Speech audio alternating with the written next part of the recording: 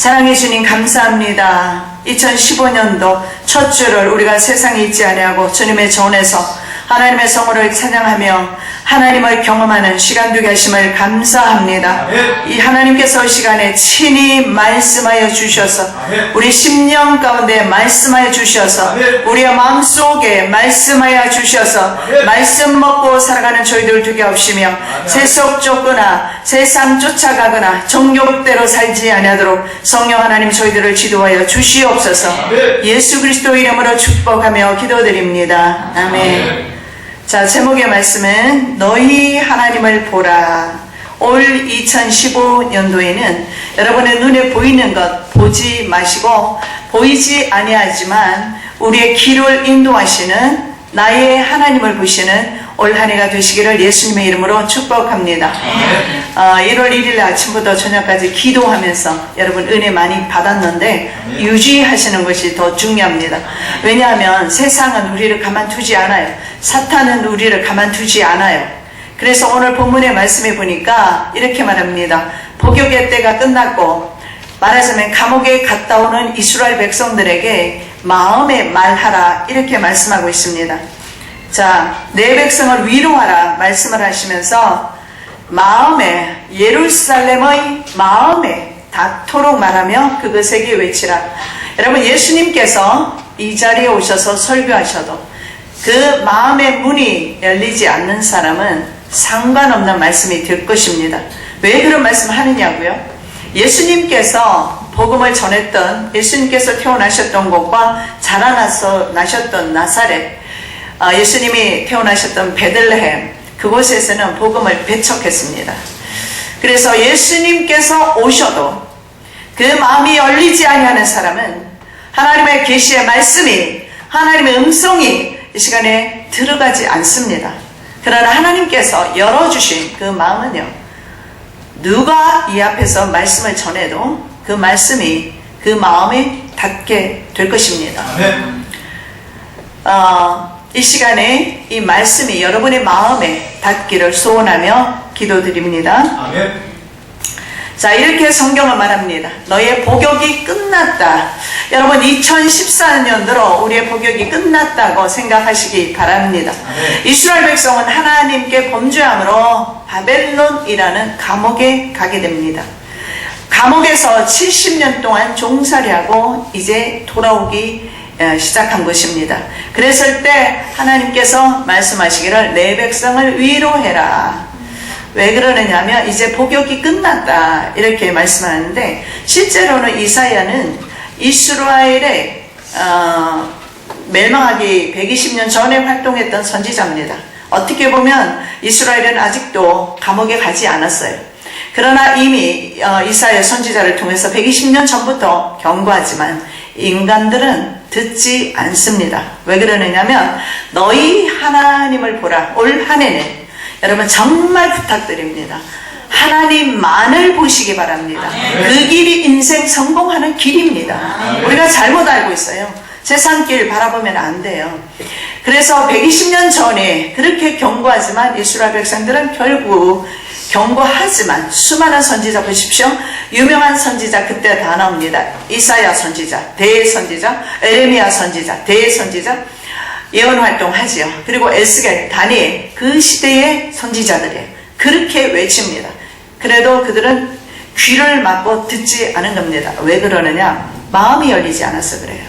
이 시간에 마음의 문이 열리시기를 예수님의 이름으로 축복합니다. 아멘. 자, 이사야 40장 1, 2절 말씀에 위로하라 내 백성을 너희 하나님이 말씀하시니라. 예루살렘의 마음에 말하고 그녀에게 외쳐라. 참으로 그녀의 복무기간이 찼고 우리 현대 성경 아니에요. 헬라어 원문으로 제가 읽어드리는 겁니다. 그의 복무기간이 찼고 그녀의 죄값이 지급되었으니 이는 그녀가 여호와의 손으로부터 그녀의 모든 주요의 2배의 벌을 받았다 이렇게 말합니다. 여러분 충분히 우리가 세상에서 고생하면서 살았습니다. 우리 얼굴에 주름이 증가하고 있잖아요. 충분히 고생하고 근심하며 정말 어떻게 보면 영적 감옥에서 살고 있었습니다. 더 이상 그곳에서 살지 아니하시기를 예수님의 이름으로 축복합니다. 아멘. 내가 죽는 날까지 인생 감옥에서 살 것인가 안 살 것인가, 그것은 자기 자신이 선택하는 겁니다. 다른 사람이 선택해 주는 거 아니에요. 부모도 선택하지 못해요. 자기 자신이 하나님을 쫓을 것인가, 2015년대는 세상을 쫓아갈 것인가, 내 부귀 영달을 위해서 살아갈 것인가, 하나님의 영광을 위할 것인가 선택하시기 바랍니다. 진짜 하나님의 영광을 위하여 살기로 선택한 사람, 망한 사람 없어요. 단지 사람의 이기심으로 하나님을 바라보지 못하고 자기 자신의 목적과 자기 자신의 욕심을 바라보기 때문에 잘못된 길로 가기 때문에 하나님의 풍성한 축복이 삶 가운데 없는 겁니다. 복무기간이 자꾸 죄값이 지불되었다. 충분히 지불되었습니다. 더 이상 우리가 인생 감옥에서 살지 않으시고 하나님의 그 회복을 맛보시는 한 해가 되시기를 바랍니다. 자, 모세와 같은 전령자의 사역이 있습니다. 마지막 때도 이런 사역이 있겠지만 모세와 같은, 그래서 어떻게 보면 제2의 모세가 출애굽했을 때는 모세가 나왔죠. 그리고 다시 이제 바벨론으로부터 나오는 이스라엘 백성들에게 제2의 모세, 두 번째 모세와 같은 사람이, 그와 같은 전령자가 말씀을 선포하고 있어요.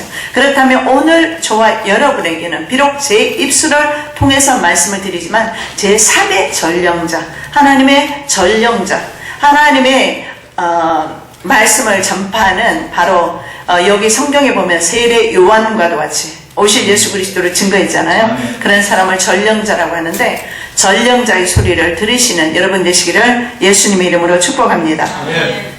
자, 이스라엘의 회복을 선포하는 전령자의 사역이 있습니다. 그게 뭐냐면, 그 전령자의 사역은 뭐냐면 내 백성을 내보내라.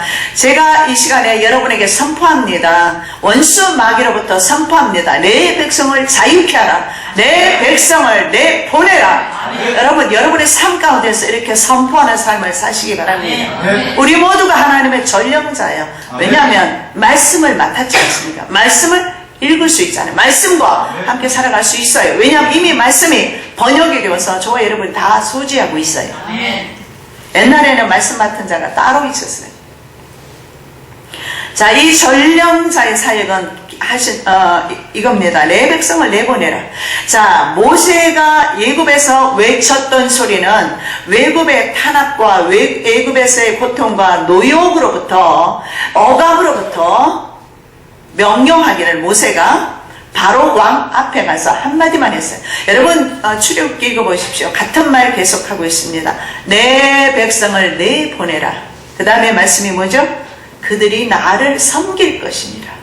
여러분, 인생의 목적은 하나님을 예배하는 것입니다. 아멘. 그들이 출애굽하는 목적 단 이유 하나는 only one, 하나님을 예배하는 것. 아멘. 인생의 가장 큰 행복은 하나님을 제대로 예배하는 것.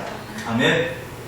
하나님께 예배가 온전히 드려지면 하나님의 온전한 축복 가운데, 은혜 가운데 살게 될 것입니다. 아멘. 예배를 회복해야 합니다. 아멘. 저희 서문화 교회가 항상 예배가 살아있는 교회, 아멘. 그리고 성령께서 임재하시는 교회, 아멘. 그게 저와 여러분의 소망입니다. 아멘. 맞죠? 아멘. 네. 뭐 때문에 교회 많은데 교회 안에 더 보태려고 교회 시작했겠습니까? 그거 아니에요. 살아있는 교회, 생명 있는 교회, 아멘. 죽은 교회 말고 주님께서 그것을 원하셨기 때문에. 아멘. 내 백성을 내보내라. 이스라엘이 이렇게 선포합니다. 그래서 제2의 모세와 같은 전령자는 이렇게 선포합니다. 위로하라 내 백성을, 위로하라 내 백성을, 이렇게 선포하죠. 그리고 우리에게는 뭐라고 선포하는지 아십니까? 이제는 내 백성을 내보내라. 어디로부터? 세상으로부터. 이렇게 하나님께서 이 시간에 저희 입술을 통해서 명령하고 계십니다. 세상에 속해 살지 마시고 정욕 따라 살아가지 마시고, 어차피 우리는 사나 죽으나 주의 팔자예요. 뭐 뾰족한 수가 있는 줄 아십니까? 그냥 주님 안에서 죽어버리면 다 끝날 일인데 안 죽어지니까 자꾸 육이 살아서 움직이니까 문제가 발생하는 거예요. 무슨 일을 만나든지 염려할 것이 없는 이유는 내 안에 성령께서 살아계시면 염려할 이유가 없어요. 전령자가 이렇게 말합니다. 위로하라 내 백성. 충분히 고통당했다는 거예요. 그래서 여러분, 저와 여러분은요 충분히 고통당했어요. 저도 마찬가지고 저는 미국 땅에 살면서 힘든 세월 지냈습니다. 그 세월에 하나님께서 이제 저에게 많은 위로를 주시는 것을 보는데요, 저는 그런 생각이 들더라고요. 어제 잠자리에 들기 전에 감사가 나왔어요. 그 감사가 뭐냐면, 하나님께서 내게 참 귀한 선물을 주셨다. 그 선물이 뭔가 생각해 보니까 여러분 얼굴이 다 떠오르는 거예요. 여러분의 얼굴 모습이 내게는 얼마나 큰 선물인지, 얼마나 위로가 되는지 정말입니다. 미국에서는 친구가 없고 동역자가 없어서 너무 힘들었거든요. 그런데 여러분이 그저 생각마다 시마다 때마다 날 생각해 주셔서, 안 하시나?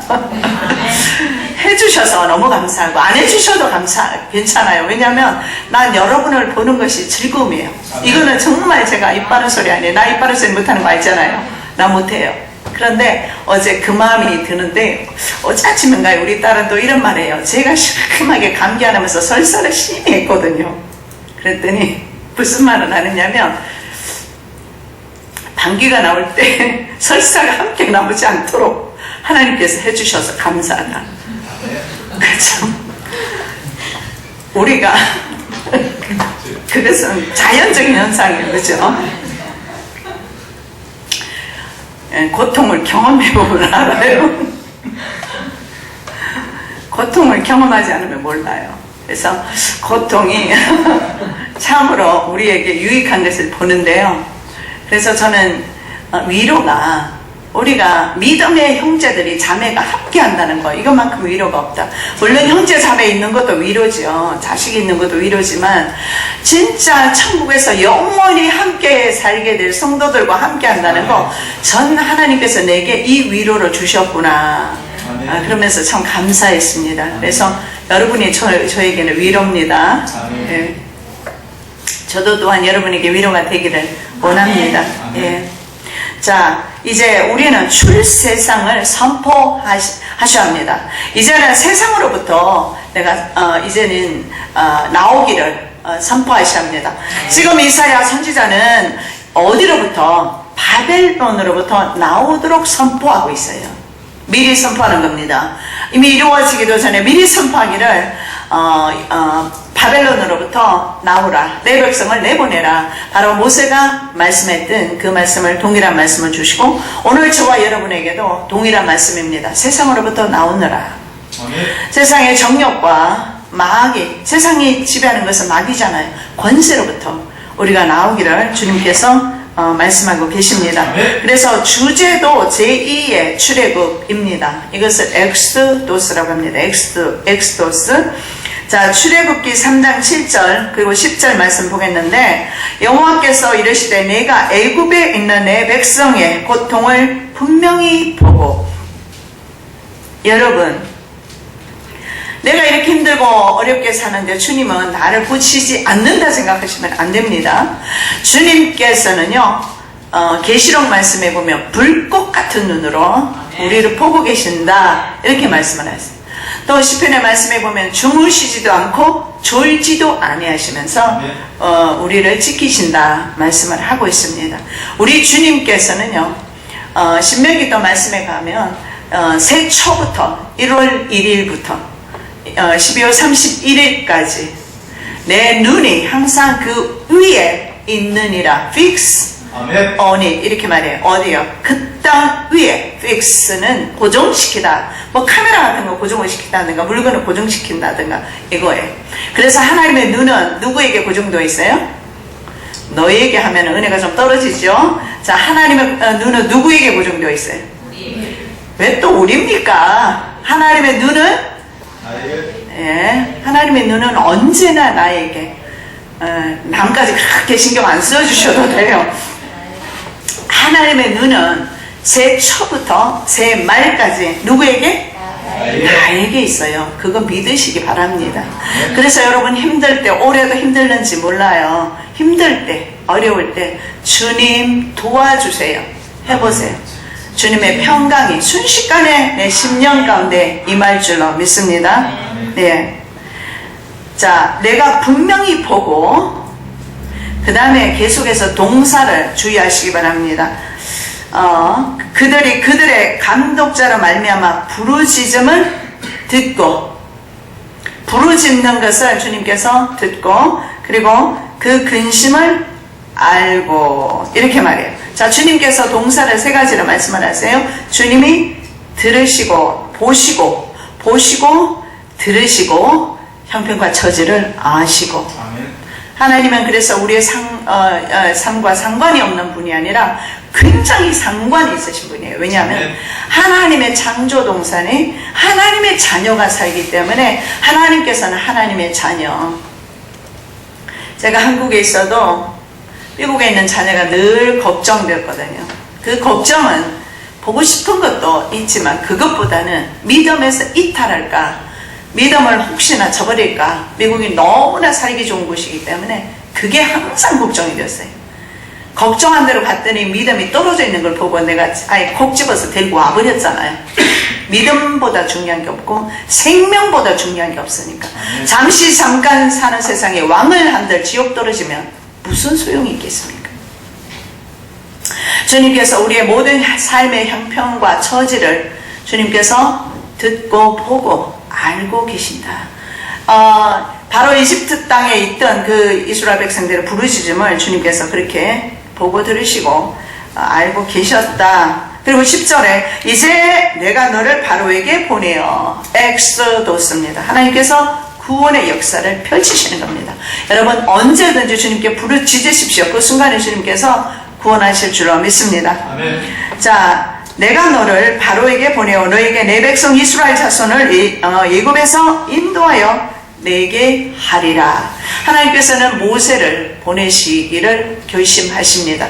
그래서 모세를 광야에서 40년 연단하셨어요. 살인자 되어서 결국은 광야에서 연단받고 하나님의 때가 되었을 때 하나님의 카이로스에 하나님께서는 모세를 어디로 다시 보느냐? 애굽 땅에. 그래서 보십시오. 모세가 태어나기 전에, 모세가 태어났을 때 하나님이 계속 인도하셨어요. 태어났을 때는 심지어 남자아이는 기를 수가 없어서 그 나일강에 버렸죠. 그랬을 때 물론 주도 면밀하게 버렸어요. 공주가 온다는 사실을 알았거든요. 미리암과 여베 계시죠? 요게벳 맞죠? 그래서 그때를 맞추어서 나일강에 띄워보낸 것은 사실입니다만은 어쨌든 그때 근데 공주가 아파가지고 안 나왔거나 좀 늦게 나왔거나 간발의 차이로 늦게 나왔거나 하면 떠내려 가버린 거예요. 하나님은 항상 on time에 역사하는 줄 믿으시기 바랍니다. 그래서 나의 시간과 하나님의 시간은 좀 차이가 있어요. 하나님은 항상 하나님이 보셨을 때, 하나님께서 보셨을 때 정확한 on time에 역사하셔요. 그래서 모세가 건짐을 받았어요. 그러면 모세 나이가 그때 이제는 1세입니다. 그럼 모세가 90세에 이르러서 80세인가요? 사명받을 때 그때까지 시간이 있었지만 이스라엘 백성은 그때도 고통받고 있었을 겁니다. 그러나 모세는 자라나고 있었어요. 그리고 모세의 생애 가운데 하나님이 함께 하셨어요. 무슨 말입니까? 이스라엘의 고통은요, 그때 모세가 1살 되었을 때, 2살 되었을 때, 3살 되었을 때 그때도 이스라엘 백성들은 고통으로 부르짖었을 겁니다. 그렇다면 하나님이 그들을 외면하고 있었던 것은 아니라는 거예요. 준비시키고 있었어요. 그래서 모세를 어디로 다시 보냅니까? 이집트로 다시 보내서 그곳에서 이스라엘 백성을 인도하는 것을 보게 됩니다. 바로 하나님께서는 예수 그리스도를 이 땅 위에 보내셔서 저와 여러분을 세상으로부터 인도하고 계셨다라는 사실을 아시기 바랍니다. 여러분이 탄생하기도 전에, 태어나기도 전에, 저와 여러분이 세상의 빛을 보기도 전에 주님께서 이 땅 위에 오셔서 저희들의 죄를 대신 짊어지시고 그리고 저희들을 구속하시는 그런 사역을 위해서 미리 십자가에 달리셨다라는 사실을 기억하시기 바랍니다. 그래서 저와 여러분의 구속이, 구원이 어제 오늘의 일이 아니라 창세전부터 이루어진 일임을 볼 수가 있습니다. 내가 너를 바로에게 보내어 너에게 내 백성 이스라엘 자손을 애굽에서 인도하여 내게 하리라. 주의 성령께서 이 시간에 오셔서 저와 여러분을 세상으로부터 인도하여 내고 계십니다. 우리의 심령이 바로 주님의 성령님께서 임재하시는 심령으로 바꿔주고 계신다는 거예요. 성령께서 만지고 계십니다. 지금 사역하고 계세요. 말씀 가운데 여러분의 심령 가운데서 지금 변화가 일어나고 있단 말이죠. 자, 복역이라는 의미가 뭐냐면 전란의 의미로 전란의 결과로 말미암아 감옥에 가게 되는 것을 말합니다. 죄를 지은 것이 아니라 전쟁. 즉 전쟁으로 인해서 이제 붙들려간 포로를 말한다는 거죠. 바벨론의 비극적인 전쟁 포로로 붙들려가서 70년 기간이 끝나고 포로 생활로부터 회복될 것이다 하는 것을 메시지를 주고 있어요. 자, 그런데 문제는 뭡니까? 이스라엘이 70년 동안 바벨론에서 포로 생활하면서 이스라엘은 뭘 했을까요? 뭘 했을 것 같아요? 모르겠습니까? 하나님에 대해서 뭘 잘못했는지 생각해 봤을 겁니다. 인생에 어려운 문제가 올 때마다, 사기꾼 만날 때마다, 사업이 안 될 때마다 생각해 보셔야 돼요. 무엇이 문제인가? 죄가 생각이 나야 돼요. 여러분, 죄에 대한 회개는 성령님이 오셔야 회개합니다. 아멘. 인간의 힘으로는 회개 못합니다. 다른 것은 학문으로도 되고 다 돼요. 아니면 자기가 돌을 닦아도 되지만 도 아무리 닦아보십시오. 100년 돌을 닦고 1000년 만년 도 닦아보십시오. 회개가 되나? 진짜 회개는요, 그 삶 가운데서 돌이키는 것이 회개거든요. 뉘우치는 것은 돌을 닦으면 됩니다. 깨달으면 돌을 닦으면 와요. 아, 이렇구나 저렇구나. 돌을 닦을 필요가 없어요. 여러분 60평생 한번 살아보세요. 50년 한번 살아보세요. 그 정도 살면 얼굴 척 봐도 도사 됩니다. 기도할 것도 없어요. 그 정도 돼요. 그게 아니라 성령님이 오셔야 돼요. 성령께서 내 심령 가운데 오셔서 성령님이 내 속에서 잉태되는 겁니다. 남자도 임신하는 거예요. 아이를 임신하라는 것이 아니라 성령님을 임신하는 거예요. 성령께서 이 속에 임신하시면 성령께서 나를 일생 동안 끌고 가시고 성령께서 하나님의 영광을 위한 삶을 살도록 나를 인도하기 때문에 우리는 하나님의 목적을 달성하며 걸어갈 수가 있어요. 그러나 성령이 계시지 않는 사람은 육의 목적을 따라가기 때문에 길이 틀려요. 다른 길로 가요. 그래서 이 복역이 끝났다는 것은 무슨 의미가 있느냐면 이스라엘이 그 주에 대해서 죄값을 치루었다 이 말입니다. 자, 우리가 법정에 대해서 좀 알면 이해가 쉽습니다. 법원에서 말이죠. 여기는 어떻게 하는지 모르겠는데 미국은 제가 잘 알아요. 미국에 보면 guilty, not guilty, guilty, 유죄예요. 그러면 유죄인 사람은요, 땅땅 때려요. 1000불, 10,000불 때립니다. 그럼 이 사람이 있잖아요. 10,000불이다. 그러면 10,000불의 보석금을 내고 나올 수도 있고 못 나올 수도 있어요.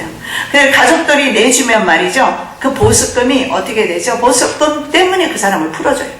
우리가 자유해야 되는 것은, 우리가 세상으로부터 자유해야 되는 것은 예수 그리스도의 피에 보석금이 있기 때문에 자유해야 되는 거예요. 아멘.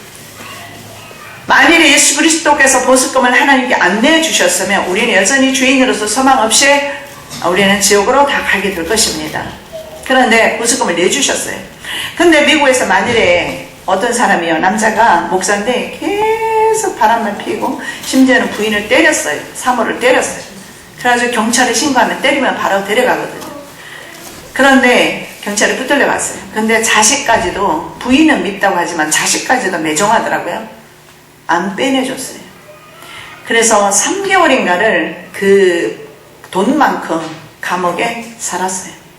이스라엘의 죄는, 하나님의 불순종의 죄는 그 어떤 죄로도 살 수가 없었습니다.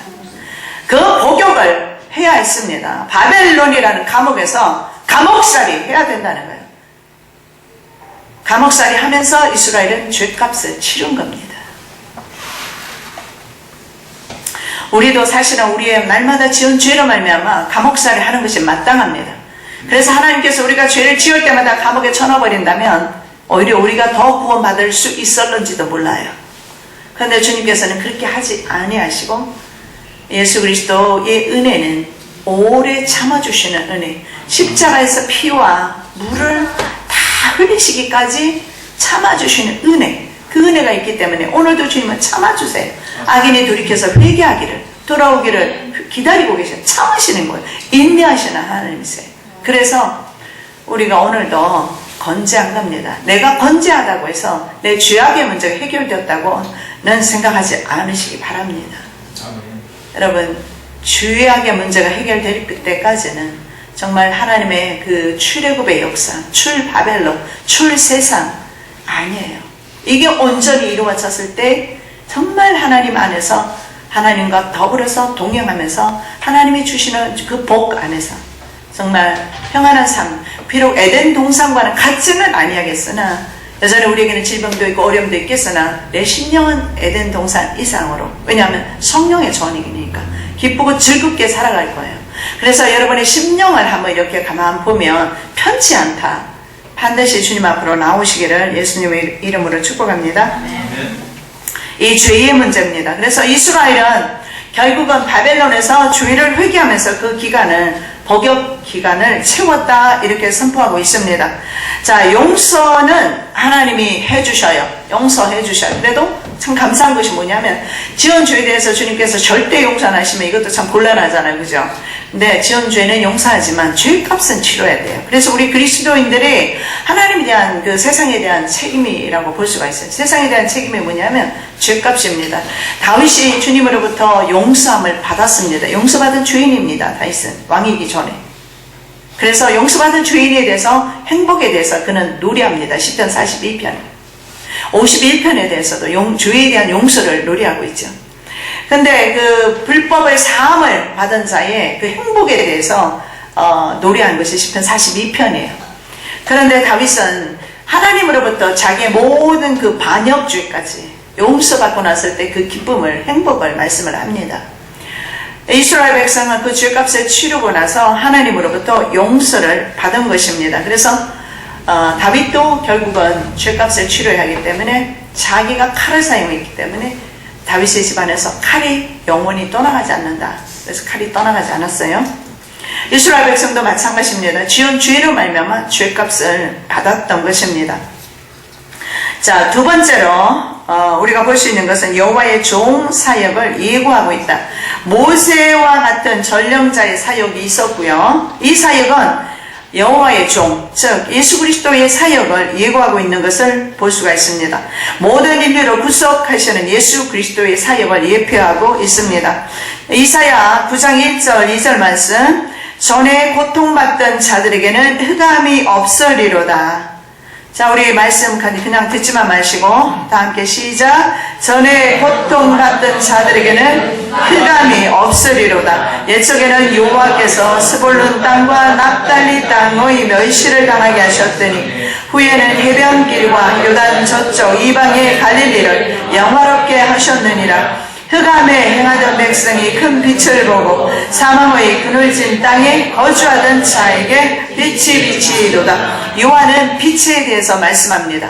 세상에 여러 종류의 빛이 있겠으나 요한이 말하는 빛은 참 빛입니다. 이 빛은 세상을 비추는 바로 진리였습니다. 이 빛이 이방의 갈릴리를, 이방 땅이 되어버린 갈릴리를 영화롭게 하셨고, 그리고 흑암의 어둠 가운데 거하던 백성, 그리고 사망의 그늘진 땅에 살던 저와 여러분 같은 그런 백성들에게 빛이 비추었다. 그 빛은 바로 복음의 빛입니다. 복음의 빛이 이 땅에 비쳤을 때 이 땅은 해방의 기쁨과 함께 이 땅에서는 진짜 죄로부터의 해방을 만끽하게 됩니다. 그리고 우리나라가 성장하게 되죠. 정치인들이 잘해서 성장할 수도 있었겠으나 이 나라에 바로 선교사들을 통해서 복음이 전파되고 그 복음이 전파되면서 복음의 빛이 들어와서 이 땅에 비추기 시작하면서 이 땅에는 그 복음의 빛으로 말미암아 이제는 어두운 가운데서 그 깊은 오래 유교 사상이라든가 그리고 제사 이런 것으로부터 귀신을 섬기던 나라에서 하나님을 섬기던 나라가 되면서 우리나라는 잘 사는 그런 나라가 된 것입니다. 하나님의 축복이죠. 물론 그 축복이 지금은 이제는 너무 부유해서 하나님을 잊어버리기 때문에 재앙이 주었지만 그러나 이것을 우리가 감사함으로 주님이 내게 주신 건강, 주님이 내게 주신 물질, 주님이 내게 주신 은사, 지혜 이런 것을 하나님을 위해서 사용하신다면 놀라운 복입니다.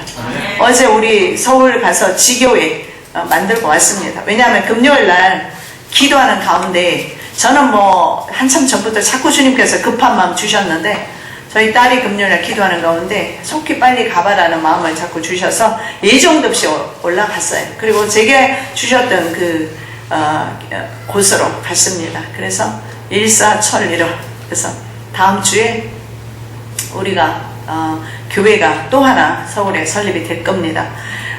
교회 이름은 빌라델피아 교회인데 빌라델피아 우리 한국말을 그렇게 하지만 영어로 하면은 필라 약자 줄임말 필라라고 그래요. 그래서 짧게 필라 교회입니다.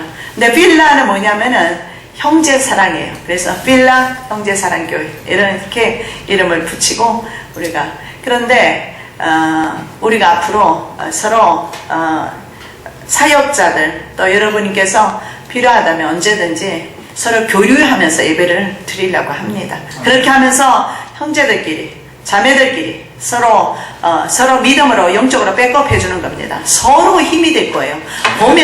오면서 가면서 힘이 될 겁니다. 그래서 참 감사하고요. 우리 광주 서문화가 빨리 분발해야 돼요. 서울 교회가 빌라 교회가 먼저 붕될 수도 있어요. 엄청 기다리는 많은 가족들이 있어요. 이건 정말 뭐 제가 생각도 못한 일인데 요청에 의해서 어쩔 수 없이 모이게 됩니다. 그래서 적어도 여러 가정이 모일 것 같습니다. 그래서 하나님께서 이제는 시대가 별로 많지 않기 때문에 빨리 많은 우리의 지체들을 구원하라는 주님의 명령인 것 같습니다. 많이 기도해 주시기 바랍니다. 아멘. 왜냐하면 바로 흑암에 있던 백성들이 구원받는 것, 시대를 알지 못하는 사람들이 시대를 깨닫고 깨어나서 다시 오신 예수 그리스도 재림주를 준비하는 것, 이것은 주님께서 정말로 기뻐하시는 일입니다. 그래서 저와 여러분도 그렇게 해서 모인 것입니다. 그렇잖아요. 교회 하나 더 하려고 모인 것 아닌 줄 압니다. 저는 그렇게 생각합니다. 그리고 서울도 마찬가지입니다. 서울 지역에서 갈급한 영혼들이 시대를 알고 어떻게 하면 좋을까, 어떻게 살아가야 될까, 갈급한 영혼들이 모이기를 원해서 자연 발생적으로 모이게 되는 거예요. 이것은 마지막 때 하나님께서 양과 염소를 나누고 있다는 사실을 저는 봅니다. 흑암에 거하던 백성에게 빛이 비추기 때문에 이런 역사가 일어나고 있어요. 자, 세 번째는 승전한 왕의 입성 장면입니다. 오늘 본문의 내용이 말이죠.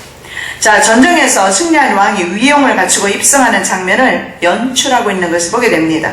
이것은 뭐냐 하면 왕이 지금 임재하고 있다, 왕이 지금 오고 계신다, 이 말이에요. 그러면 이 왕은 누군가? 하나님의 영광의 임재를 가리킵니다. 여호와의 영광은 출애굽 당대의 용어였습니다. 출애굽 백성들에게 하나님의 영광은 친숙한 단어였어요. 이것을 바로 뭐라고 하냐면 쉐키나, 하나님의 영광이라고 합니다. 하나님의 이 영광을 쉐키나라고 불렀어요. 쉐키나, 하나님의 영광은 시내산 구름 가운데 임재했었습니다. 여호와의 영광이 시내산 위에, 다 함께 시작. 여호와의 영광이 시내산 위에 머무르고 구름이 엿새 동안 산을 가리더니 일곱째 날에 여호와께서 구름 가운데서 모세를 부르시니라. 산 위에 여호와의 영광이 이스라엘 자손의 눈에 맹렬한 불같이 보였고, 쉐키나 영광은 불같이 임했던 것을 볼 수가 있습니다. 자, 이스라엘이 머물렀던 그 시내산에 하나님의 영광이 임재해 있었어요. 이 영광은 어디서부터 출발했냐면 출애굽해서 홍해바다를 건너기 전에부터 이 이스라엘을 인도하고 있어요. 그러면 이 쉐키나 영광은요, 지금도 저와 여러분 인도하고 계실까요? 네. 그렇습니다. 성령 하나님으로 인도하고 있어요. 네. 불같은 쉐키나 영광이 저와 여러분을 인도하고 계셔요. 네. 그러지 않으면 원수마귀는 날마다 시간마다 분초마다 불화살을 쏘아대는데 안 맞을 재간이 있습니까? 우리는 이 자리에 있을 수가 없어요. 하나님의 성령, 쉐키나 영광이 항상 우리와 함께 계셔요. 그 당시에는 육안으로 볼 수 있었다면 지금은 성령으로 우리 속에 계시기 때문입니다. 자, 쉐키나는 성막 가운데, 이스라엘의 성막, 어떻게 보면 오늘날의 교회라고 볼 수 있는데 성막 가운데 임재하셨어요. 자, 출애굽기 29장 43절입니다. 시작. 내가 거기서 이스라엘 자손을 만나리니 내 영광으로 말미암아 회막이 거룩하게 될지라. 하나님의 성전에서 하나님은 쉐키나 영광 가운데 만나 주셨어요. 자, 그 다음에 출애굽기 40장 34절 35절 구름이 회막에 덮이고 여호와의 영광이 성막에 충만하매 모세가 회막에 들어갈 수 없었으니 이는 구름이 회막 위에 덮이고 여호와의 영광이 성막에 충만하였습니다. 오늘 이 성전에 우리 한국 교회 모든 성전 위에 하나님의 쉐키나 영광이 임재하신 줄로 믿습니다. 하나님의 성막 위에, 성전 위에 하나님의 영광이 임재하십니다. 자, 그 다음에 세 번째, 영광의 상징인 구름이 이스라엘 길을 인도하셔요. 자, 우리 다 함께 좀 길지만 민수기 9장 19절 그리고 22절 그리고 출애굽기 40장 36절 38절 먼저 읽습니다. 시작. 구름이 성막 위에서 떠오를 때에는 이스라엘 자손이 그 모든 행진하는 길에 앞으로 나아갔고 구름이 떠오르지 않을 때에는 떠오르는 날까지 나아가지 아니하였으며 낮에는 여호와의 구름이 성막 위에 있고 밤에는 불이 그 구름 가운데 있음을 이스라엘의 온 족속이 그 모든 행진하는 길에서 그들의 눈으로 보았더라. 구름이 성막 위에 머무는 날이 오랠 때에는 이스라엘 자손이 민수기입니다. 설명하고 그러면 넘어가겠습니다. 자, 여기에 보십시오. 출애굽기 40장 정말 중요한 말씀이에요. 구름이 성막 위에 떠오를 때 이스라엘 자손이 행진했어요. 즉 하나님 성령께서 가라고 할 때 가고 오라고 할 때 오는 그런 삶을 이스라엘이 살았어요. 구름이 처음에는 낮게 이렇게 떠 있어요. 그래서 모든 그 태양으로부터 이스라엘을 커버해 주었을 겁니다. 그러다가 이제는 길을 행진할 때 인생길 걸어가는 것을 바로 하나님께서 인도하신다는 것을 볼 수가 있어요. 그래서 구름 기둥이 이제 높이 떠오르기 시작하면 그때부터 막 붙다기 시작해요. 그렇게 해서 이제 구름이 가잖아요. 그러면 구름을 줄줄줄 따라가면 돼요. 여러분 인생이 그런 것 같습니다. 내 마음대로 걸어가면 앞길에 뭐가 있는지 모르잖아요. 그런데 앞에서 누군가 나를 인도해 준다면, 앞에서 알아서 인도해 준다면 얼마나 좋겠습니까? 예수 믿으면서도 여러분 내가 인도하는 계획하는 인생 살면 힘들어요. 그러나 앞에서 성령께서 인도하시는 삶을 따라 살아가면 내일을 염려하지 마십시오. 내일 일을 걱정하지 마십시오. 주께 오늘 하루 충성하고 그분과 오늘 함께 사랑을 나누고 함께 걸어가면 되는 거예요. 그러면 내일 일은요, 주님께서 내일 알아서 해주실 거예요. 여러분이 힘이 너무 들어가니까 주님께서 힘을 쓸 여지가 없어요. 그래서 앞으로 나아갔어요. 낮에는 여호와의 구름이 성막 위에 있고, 그리고 밤에는 불이 그 구름 가운데 있음을 이스라엘 온 족속이 행진하는 중에 눈으로 보았더라. 여러분, 이스라엘에 가보시면 알겠지만 낮밤에 일교차가 굉장히 심합니다. 지중해선 기후가 그래요. 그래서 낮에는 머리가 벗겨질 정도로 뜨겁고 밤에는 얼어버릴 정도로 추워요. 그런데 주님께서는 밤에는 불 기둥으로 감싸주시고 낮에는 구름 기둥으로 해로부터 막아주시고, 주님께서 이렇게, 그래서 시편의 말씀에 보면 여호와는 지키시는 자라. 지키시는 자라. 여호와는 우리의 키퍼, 골키퍼가 아니고 우리의 인생 키퍼. 골키퍼 아니에요? 인생 키퍼. 골키퍼도 그거 잘 지켜야죠. 그죠? 골을 막아내야 되잖아요. 그래도 인간은 한계가 있잖아요. 근데 우리 예수님께서는 우리 인생의 모든 어려움과 환난과 고통과 모든, 심지어는 우리 생명까지도 지켜주시는 바로 키퍼입니다. 자, 그래서 이스라엘은 참 평안히 걸어갔어요. 광야길을. 주님의 구름이 떠오르면, 하나님의 구름이 떠오르면 걸으면 되고, 안 떠오르면 그냥 맨날 며칠이고, 시내산 같은 경우 1년이 넘도록 그곳에 그냥 거주했습니다.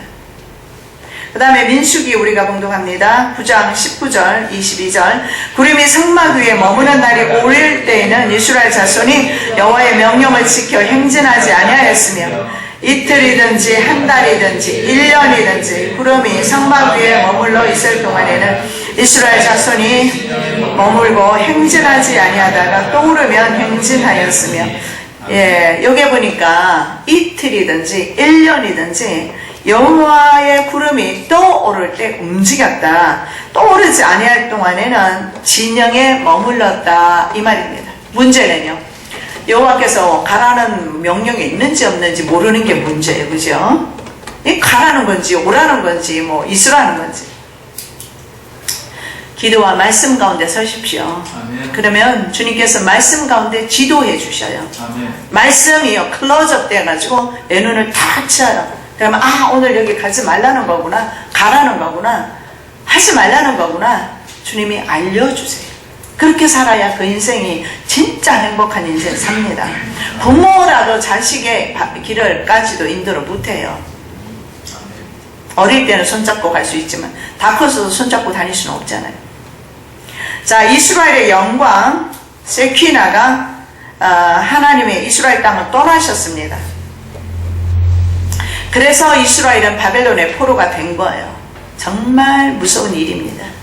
하나님의 영광이 우리의 삶 가운데 떠나버리면, 하나님의 성령의 역사가 끊어지면 그 인생은 그때부터 참으로 불쌍한 인생이 된다는 것을 볼 수가 있어요. 자, 에스겔 10장 18절 시작. 여호와의 영광이 성전 문지방을 떠나서 그룹들 위에 머무르니. 여호와의 영광이 어디에 있었느냐면 성전에 있었어요. 그래서 성전에 들어가면 성전에 법궤가 있어요. 법궤 위에 보면 시은좌라고 그래서 두 그룹이 날개를 펴고 있습니다. 덮고 있어요. 그 자리를 시은좌라고 합니다. 시은좌는 뭐냐면 은혜를 베푸는 자리입니다. 그런데 여호와의 영광이 그곳에 계시다가 문지방으로 옮겨버리셨어요. 그곳에서 복을 내렸는데 말이죠.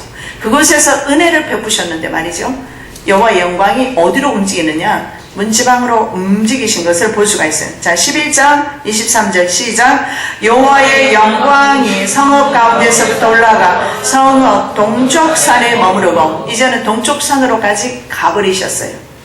자, 그리고 나서 이스라엘은 바벨론 포로로 붙들려 가게 된 것을 봅니다. 즉 하나님께서 함께하지 아니하는 삶은 고아와 같이 포로된 자의 삶이 되는 것을 보게 됩니다. 그래서 우리 인생이 하나님 없이 사는 인생이 얼마나 불쌍한 인생인가 볼 수가 있어요. 그래서 마지막 시드기야 때는요, 왕은 두 눈알이 뽑히고 왕자는 왕이 보는 앞에서 죽임을 당하고, 그리고 고관 대작들은 슈사슬에 끌려서 바벨론 땅으로 갔습니다. 왜냐하면 그들이 하나님을 버렸기 때문에, 하나님도 그들을 버렸기 때문입니다. 그리고 70년 동안 감옥살이 하죠. 자, 그리고 이스라엘이 돌아오게 되는데 그것을 에스겔이 환상 가운데 또 봅니다. 에스겔은 바벨론의 포로로 붙들려간 산 증인입니다. 그래서 그 땅에 붙들려가서 직접 살면서 예루살렘이 멸망하는 것을 보는 거죠. 그런데 이제 다시 에스겔이 환상을 봅니다. 그 환상이 뭐냐면 여호와의 영광이 이스라엘로 돌아오고 있어요. 즉 이스라엘이 회복이 된다는 것입니다. 여러분의 심령 가운데, 여러분의 가정에, 여러분의 모든 삶의 터전 위에 여호와의 영광이 돌아오시기를 예수님의 이름으로 축복합니다. 아멘. 자, 에스겔 43장 2절에서 5절 말씀 우리 다 함께 봉독합니다. 시작.